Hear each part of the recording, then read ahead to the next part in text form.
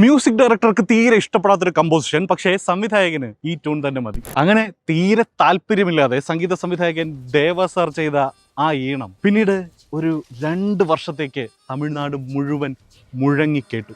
അമ്മാതിരി ഹിറ്റ്.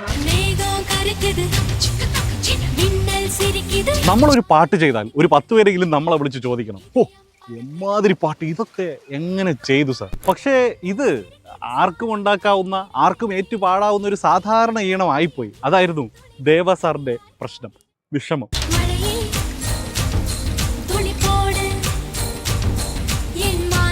അതെ, പക്ഷേ ഈ ഈണം സൂപ്പർ ഹിറ്റ് ആകുമെന്ന് ബെറ്റ് വെച്ച ഒരാളുണ്ട്. ഖുഷി എന്ന ഈ സിനിമയുടെ സംവിധായകൻ എസ്.ജെ. സൂര്യ.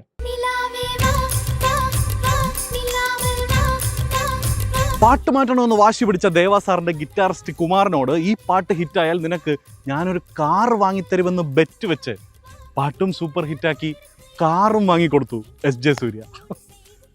എന്തല്ലേ, അതെല്ലാം പോട്ടെ, വേണ്ടെന്ന് വെച്ചിട്ട് കമ്പോസ് ചെയ്ത ഈ പാട്ടിന് ആ വർഷത്തെ മികച്ച സംഗീത സംവിധായകനുള്ള തമിഴ്നാട് ചലച്ചിത്ര പുരസ്കാരം വരെ ദേവ സാറിനെ തേടിയെത്തി.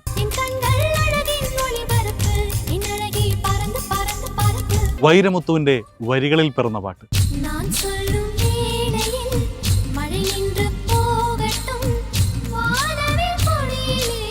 ആ ബീറ്റ്സും മഴയുടെ ശബ്ദവും തക്കച്ചിക്ക് എന്ന് പറയുന്ന കോറസും മൗത്ത് ഓർഗണും ഹരിണിയുടെ ശബ്ദവും എല്ലാം കൂടി ഒരു മഴ നനഞ്ഞ ഫീലാണ് ഈ പാട്ട് കേട്ട് കഴിഞ്ഞാൽ.